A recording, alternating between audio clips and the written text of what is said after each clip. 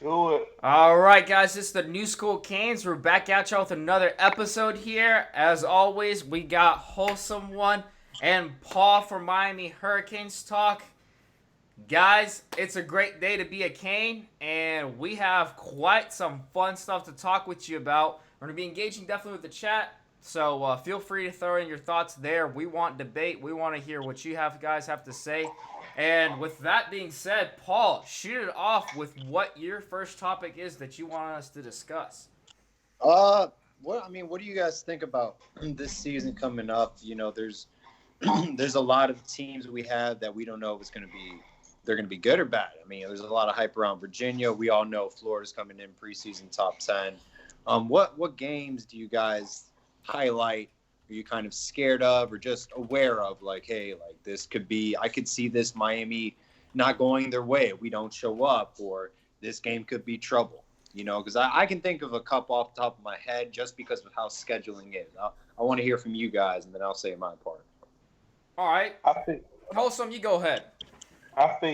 week 2 versus North Carolina. Man, he stole mine. Sorry, Wholesome, like, a lot of people are not talking about I was like, there you go. that Way is he's gonna not pick a- it. I'm a A man, lot of man. I had people stuff are written down and not- everything.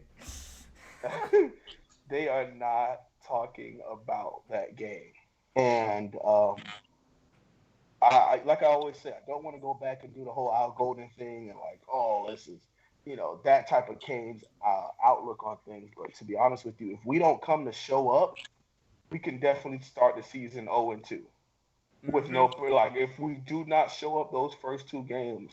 And people think like, oh, we got the first hard game and then we have like 4 easy games after that. No, this North Carolina team, yes, they may not have the star system, they may not be talented, but best believe their best coach in school history is coming back.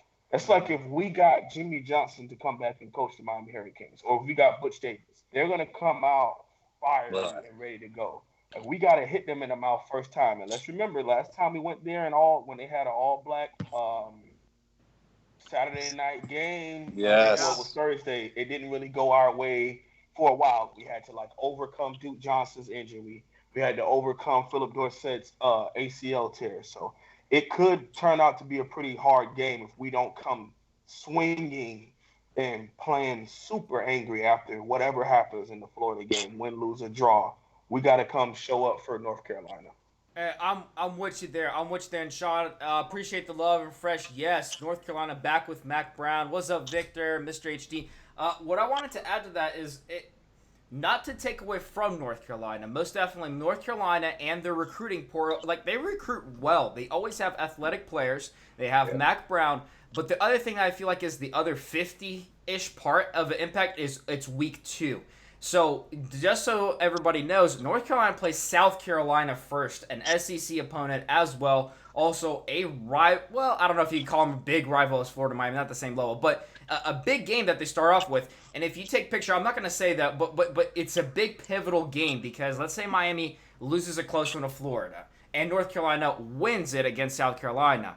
Now, who's got momentum going? And if you lose and go 0-2 Miami with Manny Diaz and all this hype, exactly as you're saying, this can start going quite a way. So it's definitely a big game under the radar that we really got to watch out for and keep playing. No matter the results of game 1, we have to be looking at it. It's another football game. We need to prepare for it just as much as we did for week 0.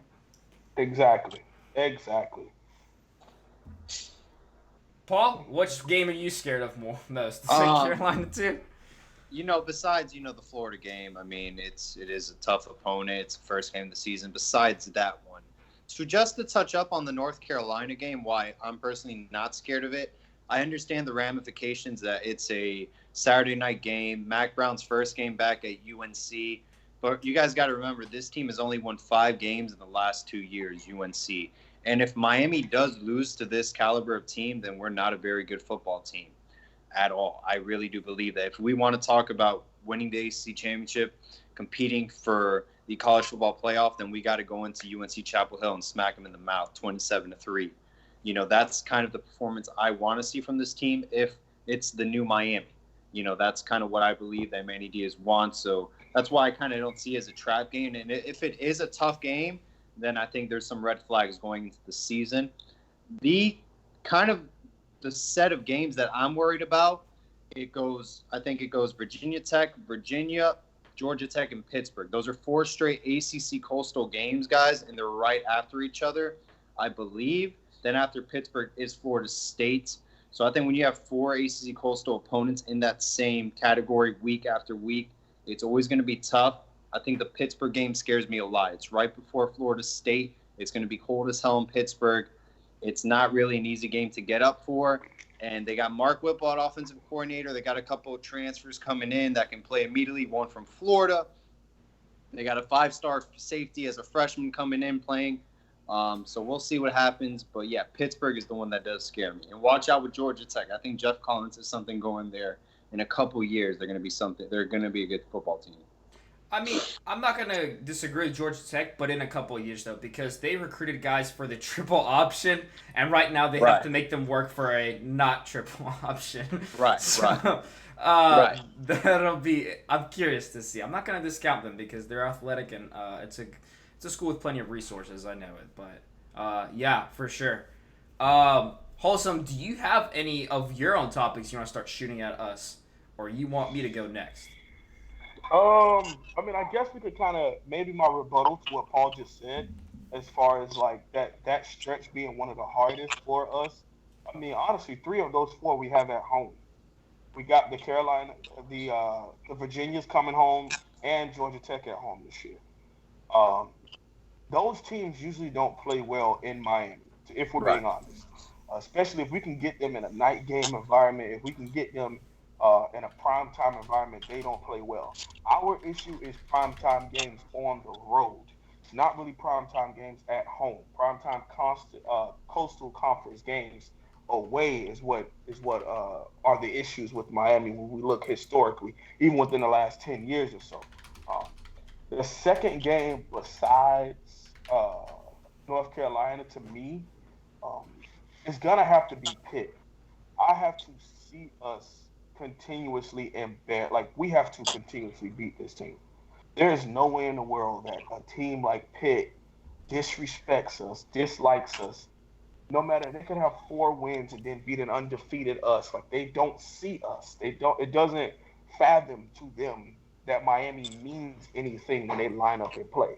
And that's our fault for allowing Pittsburgh to think that they can play with nationally recognized University of Miami. That's our fault for allowing them to beat us on our down years and even upset us on our good years. And let's actually sit here and think about it. I have a question. When was the last time you guys can say that Miami beat Pitt back-to-back years? Oh, man. Back-to-back? Mm-hmm. Yeah, it's been a while. That would be before Al Golden, wouldn't it? Because even think about it. 13, we beat them right before we lost to Louisville. But 14, they come and beat us on senior night in Miami. Right. Duke Johnson, Denzel Perryman, Clyde Walford, big-time guys last game at Miami. They come and destroy us. Yeah. 2015, I can't think of whether we won or lost that game. Yes, we won that game in 2015. 2016, destroyed them. So back-to-back, 15, 16. 17, they upset us, and 18, we beat them. But for some reason, they do not respect us. For them to truly feel as though a 5-win Pitt team can beat an undefeated Miami team. For us to have that feeling in our heart like, oh, it's Pitt week. I will never forgive them. Most people hate Virginia for what they did to us in 2007, last game in the Orange Bowl. They will always hate Virginia. Some people will always hate North Carolina for the dude putting the U down. Oh, yeah. I will forever have a dismay in my heart for Pitt for literally derailing one of the best seasons in Miami Hurricanes history. Yeah. And it really spoiled us. Because it really spoiled the great. If we would not have lost and lost still to Clemson, we still would be in the playoff picture as it was then. Like, there was still a chance. Of course, that argument, I think, would have been us versus Bama, and I know Wholesome here knows who's probably winning that argument. Here we go. We all know who's the better program moving forward. Oh But let man. me you asked me for my question for the interaction with the chat. Um, what do you personally believe? And this is for everybody in the chat. What has to happen psychologically to our football players for them to understand what this means, dog? For them to truly grasp what that you means, what needs to happen? Dominant performances consistently. I don't think there's anything other than that. Dominant performances consistently in my perspective. I don't think there's anything else that can get around that. We all say work effort and a culture, but all of that leads to dominant performances consistently. That's what's got to happen. That's what proves if you made the mark on the ruler. Did you put enough work that you're talking about? Did your culture change like it had to? And, in any, I would say, in a given season, if you have 3 or 4 games in a row that you dominantly win, you're going to have a solid season. I'm not going to say it's going to be perfect, but if you dominantly perform for 3 to 4 weeks in a row, you're going to have a remarkable season. That's what's got to happen for them to start remembering what that you was and how it's supposed to look like, in my opinion. Go ahead, Paul. I think it's winning games. I also think it's winning the big bowl game, finishing out, 11-1, 12-0, going undefeated consistently, and having your players winning awards, whether it's a Heisman Trophy, the Nagurski Award, the Outland Trophy, you name it. Having your players win awards, finishing the season as the best defensive corner in the nation, the best safety, the best punter, the best quarterback, best running back in the nation. Winning those awards and then getting drafted in the first round with a lot of players. LSU is known for their defense. A lot of DBs love going to LSU. They love it because they sell the shit out of it, So that's kind of what I see is kind of starting that trend. And I think we're seeing it with recruits in Miami Hurricanes defense, especially defensive line. We're getting a lot of good players to commit. We're getting a lot of good defensive players in because they're believing in what Manny Diaz is selling them. I think once we get the offense rolling, you're going to start seeing that offensively, and we'll get the ball rolling. I really do. I think we're a sleeping giant, and this is the year we show the college football world Miami is back. Now, in order for me to put the question out there, it's crazy that you said LSU because I actually do have a video that I'm releasing tonight talking about how to change the culture. And it's crazy because what I did was I typed in DBU and LSU came up, and they have this whole really long video, like a compilation of their best defensive backs. Right. Like even this was just from like 2015. It didn't even go back to like Pat Pete and Eric Reed. It didn't go back to people like that. It was just like the recent guys. And they've had somebody picked in the first, second, third, or fourth round each of the last 5 drafts from their DB court. And it's crazy like when you do the research and people who come to LSU to play defense, people who come to LSU, especially to play defensive back, they understand that I have to adhere to this culture if I want to play. And it seems as though at Miami we have this we haven't misconstrued. These recruits haven't misconstrued that them just coming to Miami, we should be happy about them being there. Right. And I don't want to keep talking because I went on a long tangent about that last week. But there has to be a change. And what I liked is with was it Surge 19, and then what was the one before that for 18? They had like a fancy name, Storm 18 or something like that. Well, what they did was come up with the new you. When we had 11 players at the Nike opening or whatever. They understood the history, but they want to make something different for the future. And I think that goes hand in hand with what Manny Diaz wants to do. Is saying like, hey, we can't bring back Ray Lewis here. You might wear 52, you might be 6'1.5", but you're not Ray Lewis. Be you. Exactly. Right. That's the Silvera. Like, you're not Warren Sapp. You're not Gerald Willis. Be you. Go out and make your own mark. And that is when, once we start getting people to truly understand that, Go out and make your own mark. Yes, this U carries weight, but what does your last name have anything to do with the U carrying weight? Is there a correlation, or are you just wearing the uniform? And once we get men to go out there and play because they want to be remembered, that's when we'll take a whole nother. And it has to be a team thing. You can't just have Denzel Perriman and Anthony Chickalo and Deion Bush being the only three on defense who wants to be remembered. You can't just have Amon Richards, Stacey Coley, and Jeff Thomas on offense, the only ones that want to be remembered offensively. It has to be an entire team saying the 2019 Canes, we want to be known just like the 1987 Canes of the people who started this new thing. And now we're just going to keep going from this point forward. And I'm to add on to that. I like how you said it's got to be what you're doing. Do you, not Ray Lewis, not Warren Sapp, be your type player. And what Diaz has done and gotten success is say, hey, let me look at this player. How does he play? What is his style? All right, let me build my scheme around it. Let me recruit these guys that I like with their kind of scheme. And them going out and picking up Dan Eno saying, hey, yeah, I have my offense. Yeah, it can be complicated. Yeah, we have motion, yada, yada, this and that. But in the end, what's going to decide is my player personnel. What my player personnel is how we're going to look and how we're going to play. And that's going to be our, look. And I feel like that's going to bring success. And it's going to be something that you can sell recruiting wise, where we're not going to come here and tell you, oh yeah, I'm Al Golden and I kind of like my players this and that way, so we're going to have to be in that mold. But you're lucky you get the U on your shoulder. No. We're saying we're embracing the kind of player that you were in high school. We're going to tweak and improve on what you can do really well. We're going to teach you what you can't do well and how you can improve on that. And while you're doing that, you're at the U. And I'm excited. That's one of the most intangible things that I feel like is huge and different about this staff that I'm so excited to see go onto the field come this season. Yeah, definitely. I'm excited to see this offense. Oh, yeah. I read in an article from Barry Jackson, Miami Herald. He said that Danny Enos wants to get Jeff Thomas the ball 10 times a game.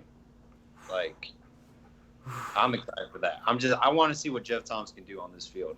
Yeah. With the proper offense. Which leads me into a question I want for you guys is dark horse candidates, one on offense and one on defense, of the most productive player. So I'm not saying he's the best player, productive. So this is the guy that's going to finish most in, yards, catches, TDs, whatever defines you productive. Dark horse candidates, one on offense, one on defense. Hopefully I'm just screaming at me. Go ahead. Hold on. David, I don't know how to pronounce Oh, yeah, Chopper. But what he said is we need to stop letting these recruits play us. If you commit, you stay committed. If you decommit, the scholarship is gone. I have been a huge advocate of that, 110%. Let me respond to why we haven't been able to do that. The program has not been to that level yet, to where you could just tell a kid, all right, if you don't want to come here, we're going to yank your scholarship. Mm-hmm. We have had to beg and plead people to come here because the sanctions in 2012 and how our team has been looking on national TV, how we played, how we've had these bad losses. We have not been to that level yet to where we can demand things from recruits. Right. That is why that hasn't happened. I'm 100% with you. I'm with that mindset moving forward. But to answer the question as to why that has not been happening is because we have not been winning. Yeah. How long do you think it's going to take to Diaz to get the team to that point? I think he could honestly do it this year. Yeah. Because you got to win. Because to me, it's a guaranteed 10 wins. To me, there is no way in the world we doing all this chat, we doing all this hiring, we doing all this transfer portal U stuff, and not go out there and it doesn't equate to 10 wins. Listen, 10 wins, according to Miami Hurricanes history, is nothing. Yeah. That should be the worst that we That's do. Average season. 2 losses should make us that angry going into a bowl game to where we make sure it's 11-2. It shouldn't be a question as to if can we go in here and win a game. I don't care if we have to go into Tuscaloosa, Alabama. We got to change the mindset of our players. And not only the mindset of you just thinking, like, because you could tell somebody, like I'm a Christian. I don't know about anybody else's religion, but in order to, the thing about faith is that it's something that you can't see, that you just have to wholeheartedly believe in to the depth of you. That has to be the same thing when it comes to how we play football as Miami Hurricanes.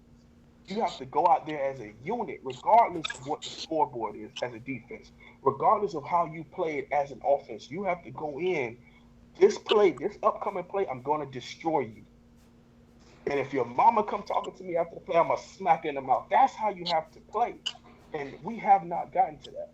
And it's because we've had two coaches back to back with this mindset of just allowing things to happen. Oh, it's okay, guys. Next week, Yeah. next game. Yeah. As Yeah. opposed to next play, Yeah. next opportunity. That's what we have to do. That's something that fueled the fire in me. Rick came out and he's like, well, what do you guys expect? It's college football. You're going to win some, you're going to lose some. And I hated that mentality.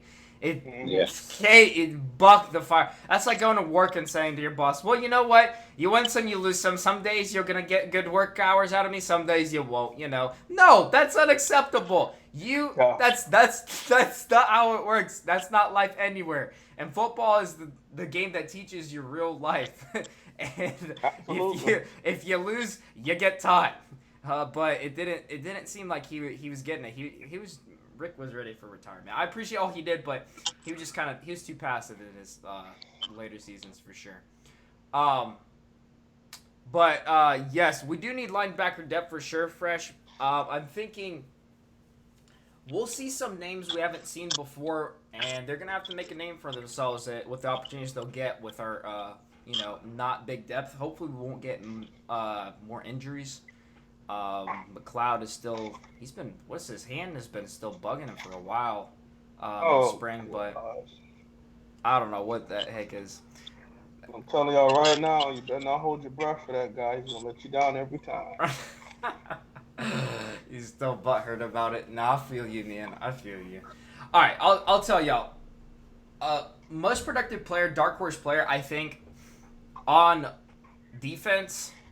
We know that the linebackers, or we expect the linebackers and any defensive lineman to be very productive. I don't think there's huge question marks there. But I feel like Bubba Bolden is my dark horse candidate in production. And the reason I say that is he doesn't have any film that proves it yet in college, so it makes him a dark horse. But yet, the way that this guy hits and plays, I really feel like this guy's going to play with a sense of urgency, and we're going to see the turnover chain on him a lot more than is expected. I really feel like this guy he has that ability to explode, and the safeties that we have right now, I mean, nothing to diss on them, is he's probably going to be starting. So I really feel like he's going to be able to surprise people and be in a very perfect position to have quite some productive numbers this year. Do you want to do your offense too? No, y'all go ahead on defense or offense. My defense, I got 3 in my mind, but if I had to pick one, I'd say Trayvon Hill. I just read an article that he was the best ACC draft prospects. Take that with a grain of salt, or however you want to handle it. But I think Trayvon Hill will be a tremendous threat on the D line. He's going to have a crazy year, not Gerald Willis type year, but he will make a huge impact. I'm with you there. I'm just saying dark horse candidates, like guys that I expect Hill to be hella productive. This being a transfer portal guy. An amazing guy at Virginia Tech for sure. I'm curious to see him versus Garvin, who gets the more productive season. I think we just lost Wilson. Right. Oh, there he goes. He's coming back. I'm curious to see. Do you think in your prediction, would you say he gets more than Garvin this next season in production? Yes, I believe so. But I think it's just going to be battling it out. I think they're both going to have huge years. Right. Garvin and Trayvon Hill. I think it's just going to be like a two-headed monster. Right. I follow. But it's like a true dark horse. Watch out for Scott Patchin or DJ Ivey, because the hype on DJ Ivey is insane coming this offseason. Yeah, I think he made some noise For sure. I want to hear what Wholesome One wants to say. He's like grinning. He's like smiling. He's making fun of our choices. I want to hear what Wholesome One has to say. Okay, time out. Listen, the reason why I made that reaction when Anton said Bubba Bolden is because he's the most hyped player on defense right now, maybe even going onto the team. So when you say dark horse, it's like, okay, cool. But he's cool, not sense. proven. All right, I feel what you're saying. Exactly. Like to me, I don't know. Maybe that's just because how I look at it. I'm like, yeah, there's this hype, but I look through it, I'm like, that's dark horse candidate because it's not real. It's just hype. He's got no college film. He is not proven. You are 100% correct. I'm not arguing with you. You're right. My person, or one of the people that I would say, I'm gonna say John Ford, man. Oh, Ford. I think because the way that they were talking about it, and the cause to pause with that issue is he was going up against one of the worst offensive lines early spring. And we've turned the corner for, to a certain percentile, getting better. But I personally think that he's going to take that. He's going to take a step. I would say Nesta, but everyone knows Nesta's good, and everyone knows that Nesta can ball. Right. We're just waiting to see it. John Ford is 6'6", 290. He's that guy that he has the height and the athleticism of R.J. McIntosh with the strength of Kendrick Norton and the aggression of Gerald Willis all put together. But can we get that production out of him is the question. If I had to pick a dark horse, that would be my guy, John Ford. And I guess everybody could just go offense now, pick their one offensive guy. A close second for me would be Amari Carter. I think he's going to prove. Yeah, I think he's going to prove the only reason why he couldn't really touch the field last year is because he had two seniors ahead of him. That's why I think he's going to take that next. I think he has the hard hit ability of red wine and some of that aggression of a Rayshon Jenkins. And I'm pretty excited to see what he can do. Is the chat disabled? No, it's on. Chat's on. We've seen it. Okay, it won't pop up for me, so I don't know what's going on with that. But go ahead. All right, offense, dark horse can't. So it's tough to say dark horse because all right, I discount a quarterback completely because a quarterback he has the ball every single snap. Tate Martell. I discounted running back position because I don't feel like Cam is really a dark horse candidate. We're ready. We're expecting. At the wide receiver, same deal with it's tough. There's so much there. So wide receiver is really open. But I went with the tight end and not being Brevin and Will Mallory. I feel like Will Mallory is a dark horse candidate in production numbers. I feel like he just might overtake what everyone expects from him and just go over Brevin's production numbers of last year and be the starting tight end. He's shown some quite impressive flashes. I really do and I think the reason for that argument is the quarterback. What quarterback he gets with him. I feel like he's getting this chemistry at least in spring ball that's potentially he can have quite a production that we're not expecting at all from him. Okay. Wow. So Brevin Jordan's a projected first round pick his junior year. So we got 2 first round picks at tight end. I could agree with that. Yeah, I mean, and with the Eno's offensive system, he uses tight ends crazy. Right. So Yeah. There's room for both of them to have very productive numbers. Okay. Because I do have a question when we're done with this, though. Just to throw in with the chat, and I might have already asked this question. I might have to think about that if I've already asked it. Paul?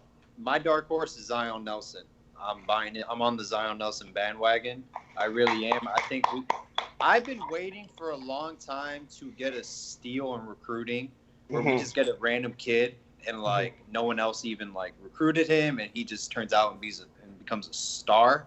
I think Zion Nelson is going to be that guy. So I'm expecting a huge year from him. I really like that. I really do like that. I'm going to stick with you on the offensive line. Okay, yeah. I'm going to go with Corey Gaynor. Okay. That's a good one. I'm gonna go with Corey Gaynor, and I'm explaining to you why. Corey Gaynor in 2017 came in at like 265, 270, maybe like mid-season was like 280. I don't know if people remember this, but he started like the last 3 or 4 games before the ACC championship game when Devon Donaldson went down with the injury, Florida State game, and he started at right guard, and he looked like a tight end playing right guard and held it down. And like even in the run game, even in pass pro, like he held it down as a true freshman. He took the red shirt this past year in 18, and I think he's ready to take that next step. The only thing that scares me is no one's able to disclose what this injury was that he had over spring. Think about it. He's been out, but is it wrist? Is it concussion? Is it ankle? Like what is it that's holding this guy from going out there? Yeah. I, I've seen this film, and it's nothing like those Midwestern. Of course, being at North Dakota State, there's nothing like Midwestern linemen, and I think he's going to come and be a dog for us at center. Okay. We need a dog at center. We need one, and I'm definitely excited to see his production where he gets to. Tommy Kennedy. Hey, Watch the finish. Aren't you super hyped about him? I was gonna say who was hyped? Who was hyped about Tommy Kennedy? He's a big body though. He is a big body. Like I saw a video on him like at the gym, like on it, DJ Dallas. Like he's a big body. Like I could see why we offered him. Like a lot of schools did. Like Auburn, Oklahoma. He's a big body. If you can get through him, he's a big body. He's been got through pretty bad. He's just not up to the Division I speed. Okay. Let me ask. This is the question I'm gonna tweak it a little bit. Wait, Anton, do you have to go? No, go for it. Okay. Who is someone right now that you all, and it might be jokey, like some people might go Robert Knowles or whatever, but somebody like, let's take Dark Horse into like times 1,000. Somebody, whether there's an incoming freshman, someone who hasn't really shown up lately, who do you think can go from like average Joe to like top notch, whether that be this year or next year? Someone that you all like, hey, I'm keeping an eye on this guy. I think the coaching, I think David Feely, I think Manny Diaz, I think Dan Enos, like when this guy gets into that system, he could take that next step in the program. I got one off the top of my head. I don't know if it fits kind of your average Joe, and for me it does because he did nothing last year and he came in with hype. Gilbert Frierson. I really do think he's going to have an outstanding year and make a lot of noise. I've never seen a player kind of transition to another position, and then the coaches are like, yeah, it's like the perfect fit. I know Wholesome once said he'd be the perfect fit at striker, and then like literally 10 minutes later, they put him at striker. I remember us talking about it.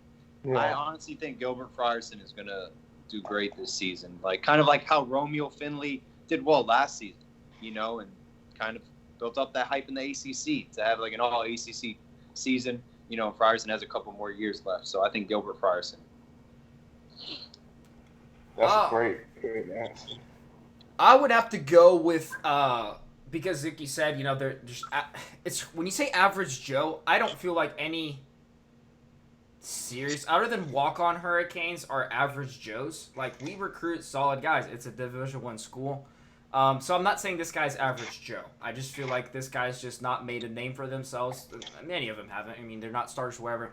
But you look at the linebacker position, and in Sam Brooks or Avery Huff, and I'll probably push Avery Huff to that one in my personal take. I really feel like Avery Huff as a linebacker with he as his head coach and our defensive scheme, he might just go off and go crazy at linebacker when he gets that starter position locked in. I really feel like he's got a lot of room for potential there, and I'm really excited to see what he does with this scheme. My response, my answer is obviously not Zach McLeod. I'm gonna go with the guy who's donning 52, redshirt freshman Pat Joyner. Okay. Now let me explain why I say that. I went back and watched his film. I went back and read some recruiting analysis on him. Things were so different when he was committed to Florida State. like the perception of him to a lot of recruits and to a lot of coaches was he would fit that aggressive 4-2-5 defense they were running at that time with Derwin James and the sweet boy, um, Jalen Ramsey, um, and the guys they had up front. Like he could be that linebacker that can blitz off the edge, he can cover, he can hard hit.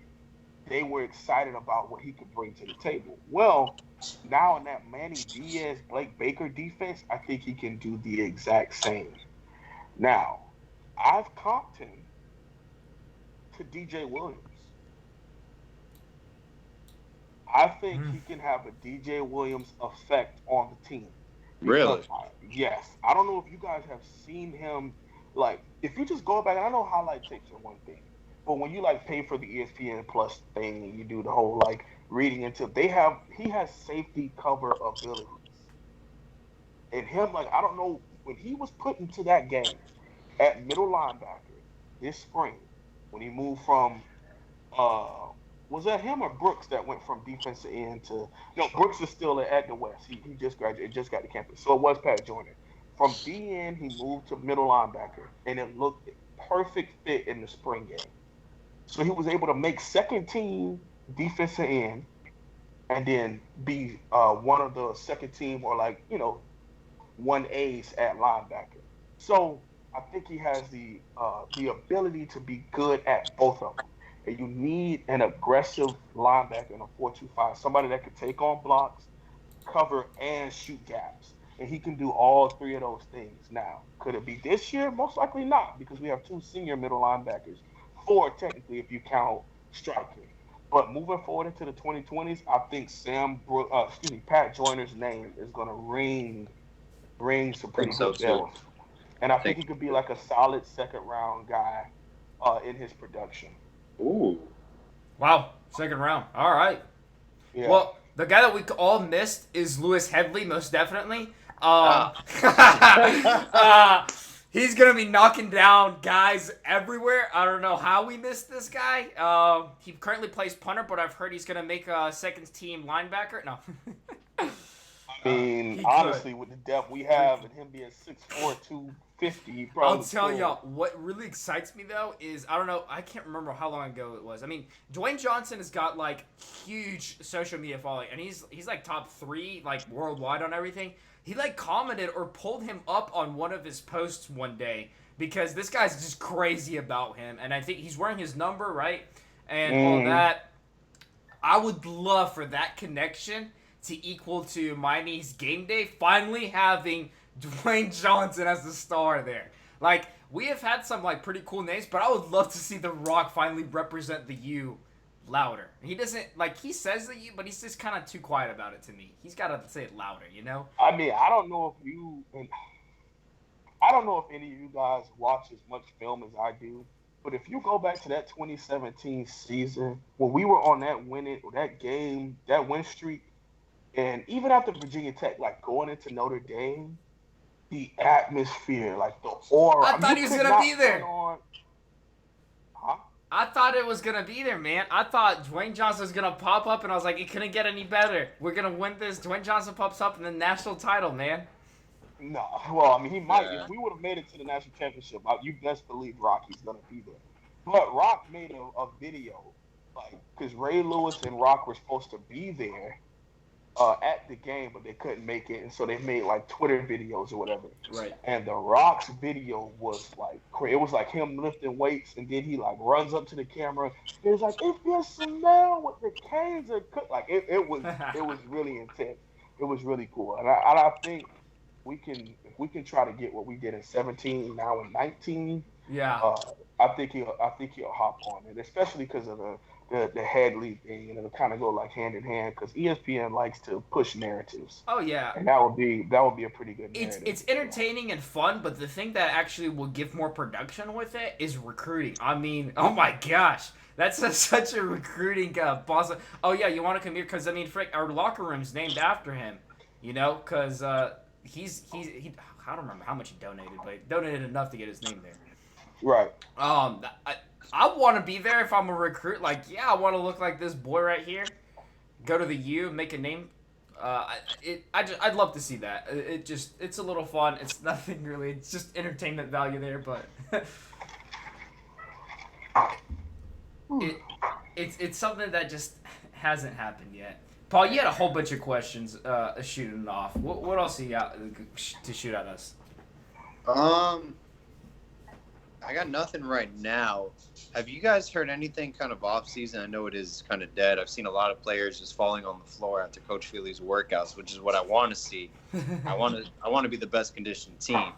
What have you guys heard anything kind of on the off season? Some good things, some bad things, or right now? The thing that kind of scared me is so Bubba Bolden. His birthday, I think, was yesterday or whatever, and there was some stuff on there, like on Twitter, people saying like, "Oh, you know, there might be some bad news coming soon about Bubba Bolden or whatever, about him like either getting in or not making it in." Really? I know for a fact that the last time people like follow, you don't really want to get your news from Twitter because anybody could just come up with something fancy to say and get a whole bunch of retweets. So I wouldn't put any weight into that, but that is something that I've kind of overheard. And yet again, Paul, like what you were saying, the off-season workouts. I know I get kind of weird when I start talking about players' physiques and like how we look, but to see Nesta Silvera, he went live this week, and I just hopped on his live. The dude looks like he could play middle linebacker, and this is our defensive tackle. Oh my gosh. Like you could see like a little 4-pack coming in. Like it's crazy. Bro, that's Aaron Donaldson. Like y'all, I saw man, that boy's got a solid 6-pack. Who, AD? Yeah. Like, yeah, well, he's a beast. I mean, it's obvious, but I'm saying like a defensive tackle being, you know, like, man, I'd love to see Silvera, man. And he's creeping into. I think he has said that this is the first time he's been 289 in his life. So he might be a 3 technique now. He might be a 3 technique. Okay, all right. Since we're kind of like fishing for something here, what if you could create, and I did this on my channel last week, if you could make 4 non-conference games for the Miami Hurricanes moving into the 2020s, keeping the ACC schedule, of course, what would these 4 games be? And where on the schedule would you guys put them? Okay, but is this like we have to keep it realistic or dream teams? Because I feel like one of those 4, it has to be FCS usually. Well, I mean, it's kind of up to you. That's why it's your list. You know, if you want to put like. I'm saying, how realistic do you want us to be with this? We're going at Bama, we're going at Mississippi State, right, and then at USC. Like, it's up to you. Like, it's a fantasy thing, you know. Okay, get creative. All right.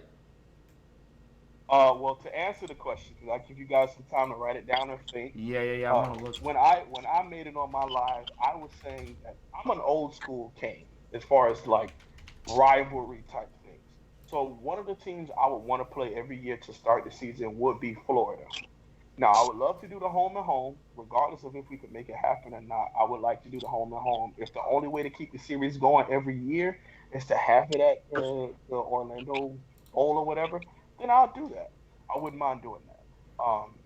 The other 2, number 2 would have to be UCF. We can't beat Florida, and UCF is low key like Miami from '87, a team that came out of nowhere, wasn't highly recruited, beating these big teams out of nowhere. We cannot be scared to put them on the schedule. Line it up. If they're better than us, then line it up and let's play. Show us that you're better than us. Those would be my 2 in-state things that I would want to keep going. And I would want to have that at the end of the season. Lonzo1219 brought that up, and he was saying, like, who should we play for rivalry week before conference championship week? So I would have UF to start the season and UCF to end the season. My other 2 non-conference games would have to be, for me, because of my personal vendetta with this team, Nebraska. Like I hate them. I told the story about my old roommate being a huge Nebraska fan and having Amir Abdullah run for 365 yards on my Miami Hurricanes that year that we were roommates. We weren't roommates the next year because I went off. Um, so I would want to have Nebraska. And then the other team is kind of a wild card. I would love to do a home and home with Texas. Okay. It's a prestigious institution. We haven't played them since the Cotton Bowl back in the 80s or back in the 90s. And to do a home and home, like being able to go and set up some stock in Texas. You get some great linemen from Texas. You get some great quarterbacks from Texas. Being able to go and showcase our logo there and maybe get a win or two every other season there, I think that would be great for the program moving into the 2020s and 2030s to take on.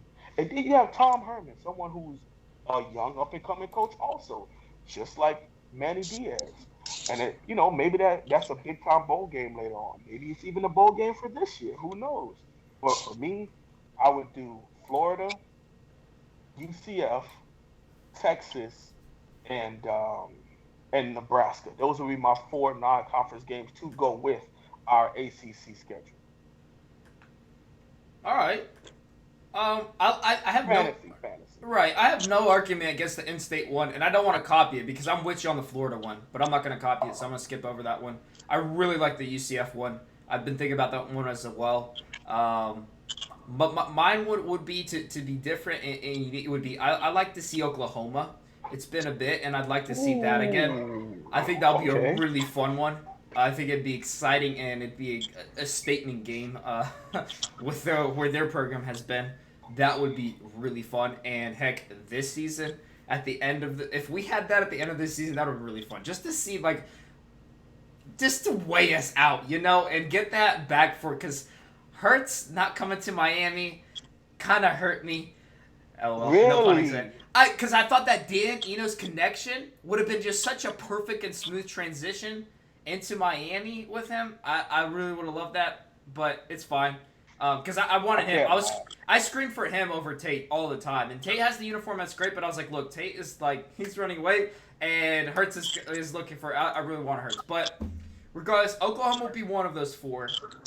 The second one is, this is my personal vendetta team. So you have Nebraska, mine is OSU. Freaking hate Ohio. I would love to see us play Ohio again.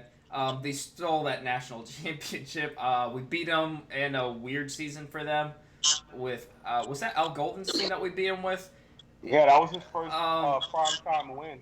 so, but I just feel like that game later on showed it didn't carry as much weight as it did. I'd love to see one that did carry weight. So OSU would be my other team. The third one, it's got to be an SEC opponent in my opinion, and I love what we've done where we have Alabama coming up in the future, Texas A&M coming up in the future. I'm okay with Michigan State, but like I said, I would have swapped that for OSU. But SEC opponent, obviously Florida Gators. I'm with you there. If not them, I'd love to see Georgia. I'd love to see from that side of it, and I'd love to see Georgia. Big facts. Big facts. It would be huge for recruiting purposes as well, I think. And it seems like all my teams are color red, so I'm gonna try to keep going now. The fourth team, oh man, I just feel like you can't have so many big name teams on your non-conference nonstop. Like, oh, are you kidding me? Oklahoma, then you have OSU, then Georgia, and then on top of that, put like a USC hasn't been there. I realize that, but still, it's like a big name tradition program. That would be quite intense. But I would think USC just because of the like kind of the history would be fun to see.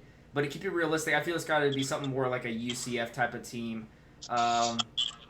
What would be a different team other than UCF that's on that level kind of ish? Well, UCF is on a different level. They're just not What about like Power Texas 5. Tech or Boise State? Yeah, they're below, not in the Power 5 conferences team, but like it's Houston. but it's on the top. Yeah, Houston. Houston is a great one like that.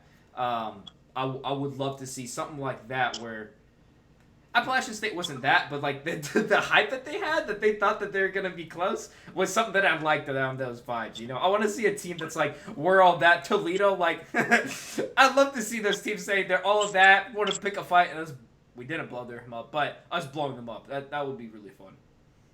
I feel like Paul has like something set up great But before we go there, Anton, I will have to say, if you would have put USC on that schedule, that's a hard.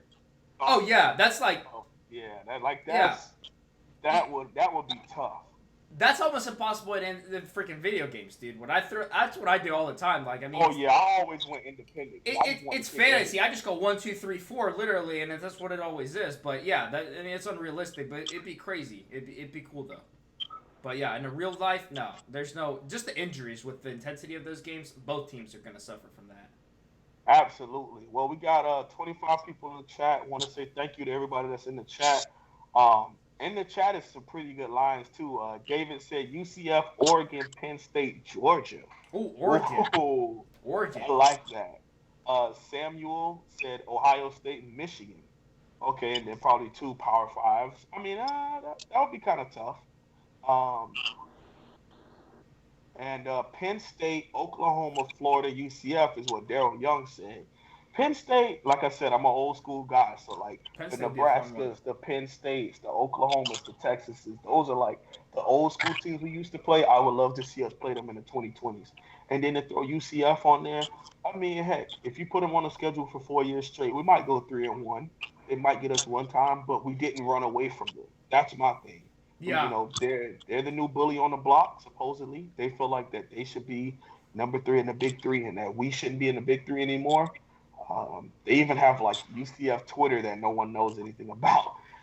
But, yeah, I think we should put Baby Brother back in his place by lining up with them and giving them a nice, sweet chin music to the chin.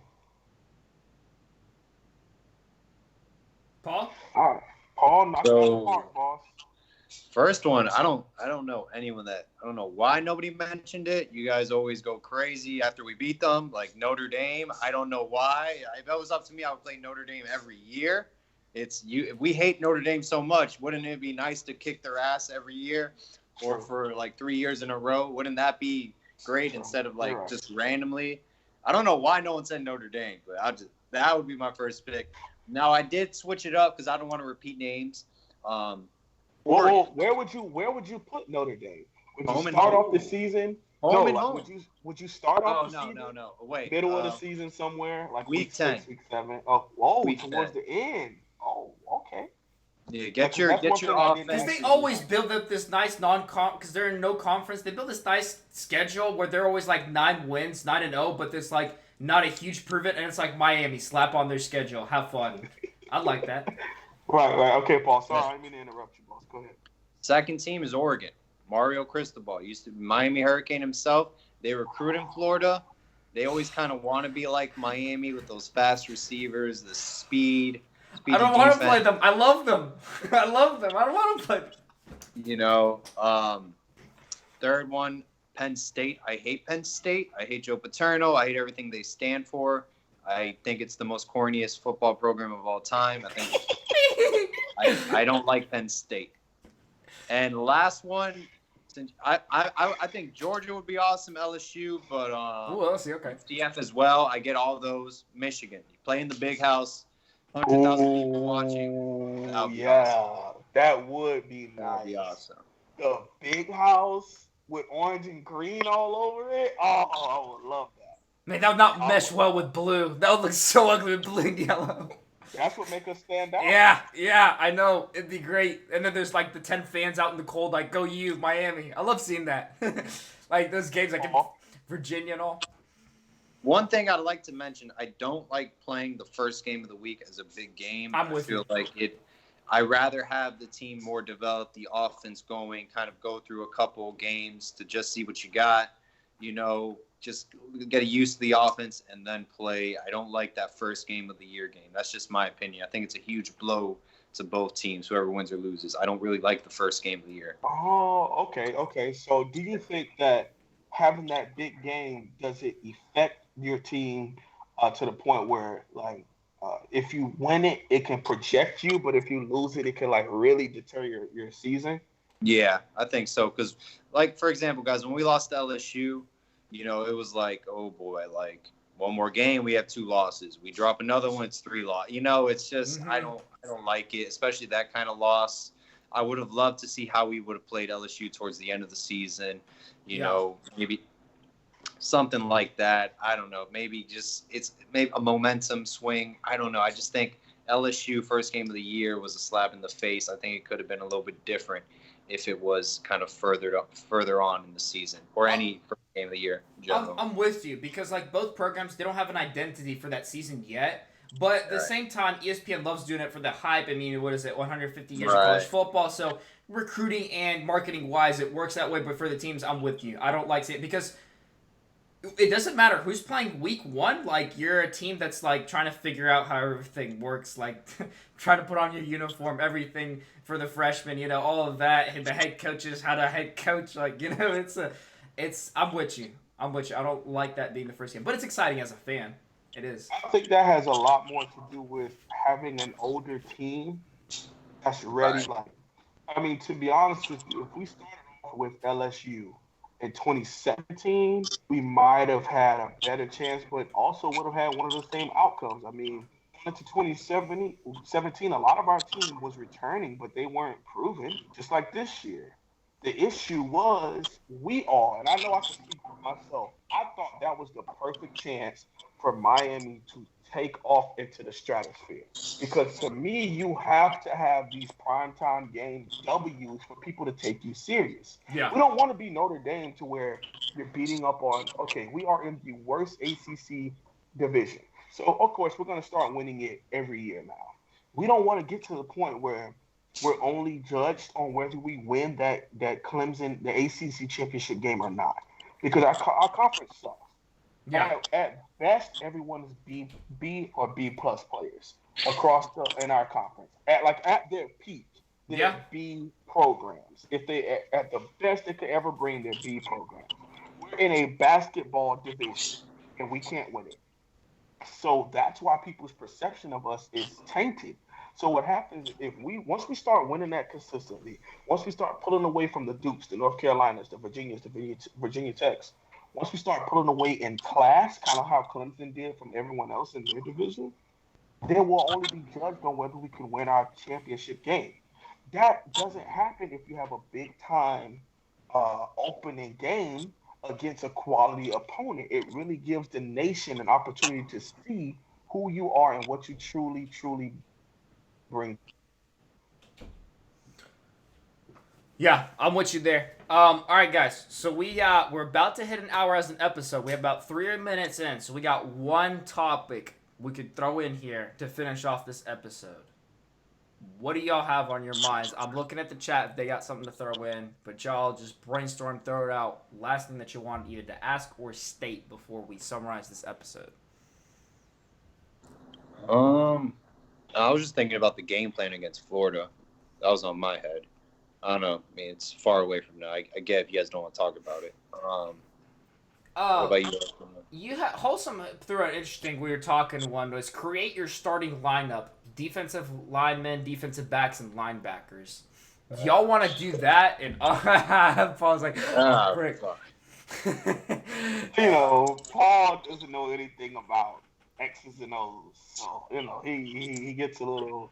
He gets a little scared. He doesn't like doing depth charts, and I can't lie to you. The tough part about doing depth charts is you never know what these young men are doing in between now and first game to separate themselves. Sure. So it's fun to do because it gets the chat interacting with us. Like it's like, oh no, like I'm a Nesta guy, I'm a Ford guy. Right. It's a biased argument at one point or another. After a while, you're totally there because we wouldn't be having this conversation if there's a guy that was obviously starting on all those positions. So, do y'all want to have fun with that one and hit it off? See what the chat thinks? Debate? I'm sure we're going to have 1 or 2 players we're going to shit off. All right. I'll throw off mine because I wrote them down. And it was tough. Oh, here we go. All right, well, linebacker is obvious. You know, you have Shaq and Pickney there. Like, duh, that's your starters there. No difficulties going on. Defensive line, I have to have Nesta, Garvin, and Hill. So my other defensive tackle was left. And I'm looking there, and I'm like, all right. So the question is between we got Ford, Bethel, and there's this guy, Naruk. And I like Ford. I like Ford of those three guys. There we go. I threw in Ford at that defensive line position, starting. I really feel like I know Bethel's been the guy, I think, so far up until now through spring, is who they're saying, and everyone's kind of like unsure about Naruka. I am too. I don't have enough confidence to say that this guy Boone's starting yet, but he's got that urgency being a transfer portal guy, so it wouldn't surprise me. But I put Ford in. Linebackers I basically covered. So striker. Striker is a fun one. I'd like to see Frierson at striker is what I put down, man. Oh man, I feel like this guy could be money at Fryer, and y'all already touched on this, so I'm not really gonna go deep into that one. The one that I had a difficulty with, being cornerbacks and safeties. I knew that's gonna be the one. Bandy I'm not gonna go away from him. Bandy solid. The other one, it was between we have Ivy, Al Blades, and the new guy coming in, Christian Williams. And Blades, it seemed like it was going to be him, and he's got the chip on his shoulder with the name and all that. Ivy's been more lauded on by the coaches, I would say, recently, and the comparison they've got. So I threw in Ivy in there. I'm really excited to see Ivy starting next to Bandy. And the reason he gave the edge is just what the coaches were saying about him, how he was producing in spring scrimmage, is where I threw him there. And safety, I don't think there's much of an argument there with Carter and Bolden being up there. Is the guys I would go with Carter being more solid though, as a starter. But I'm high on Bolden, but who isn't? It's the hype. I'm with it. I respect it. Paul, you want to go or you want the host to want to take off? Yeah, it's pretty similar. I'd say defensive line. I would like to see Patching kind of move in, Jafari Harvey kind of step up at some point, defensive end. That's the only thing I would comment there, seeing Jafari Harvey or Patchin, but it's pretty solid. Instead of, yeah. Would you rather have them start there instead of? No, I honestly love Jonathan Garvin, Trayvon Hill. I love it. I kind of like it how it is. I think it's just kind of leave it how it is. Really, I like a solid group with depth, and I like veterans. So I think keep the defensive line how it is. Don't touch it. I think Jonathan Ford D-Tech will have a better year than Nesta Silvera. How about that? Oh, okay. Just saying. All right. And Bolden Hall, I think Amari Carter is the odd man out. Cornerback, I got Bandy at number 1. He put in Bandy. I didn't think he would. He's the leader. He's the leader of the group. How about Christian Williams jumping out Blades Jr.? How about Blades Jr. being a flop? I'm buying into this hype. You buying it? Kid from Alabama. Okay. I think Romeo Finley. I don't think Frierson takes over at striker. I think this is his year. Finley? I think Finley. Yeah, this is his year. He's a senior. He's going to go off. I really do. Shaq Pinckney. Keep it solid, veteran group. I'm curious That's a really good Derek line. Smith though. What they're doing there, and I don't know if it's because he came in as a wide receiver, and then they were kind of because is he right now a striker now, Derek Smith, or back to safety? Because I know they switched them around. Safety. Whoa, come on. Who He's came been in at injured. wide receiver?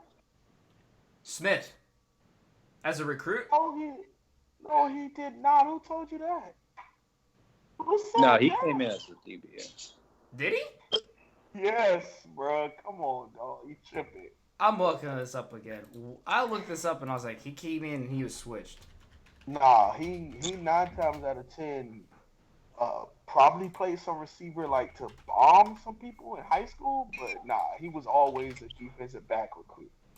So they moved him over back to safety. Right, because he was at striker behind. Okay. Finley, Who did I confuse him with? I pulled up the wrong name then, because that was not Derek Smith for sure. Okay. I gotta be the odd man out, so I gotta switch it up a little bit. All right, and get a little bit more technical with y'all. Okay. Actually, before I go,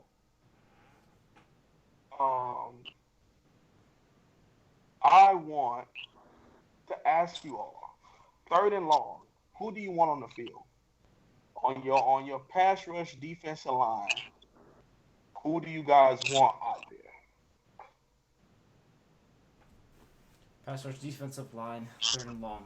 It's called a NASCAR package. Right, speed. Where you usually you have like your DNs come in and play D tackle. You keep one D tackle on the field. You bring in like that young freshman defensive end, just kind of like John Garvin and Joe Jackson, where you bring them in to come off the edge.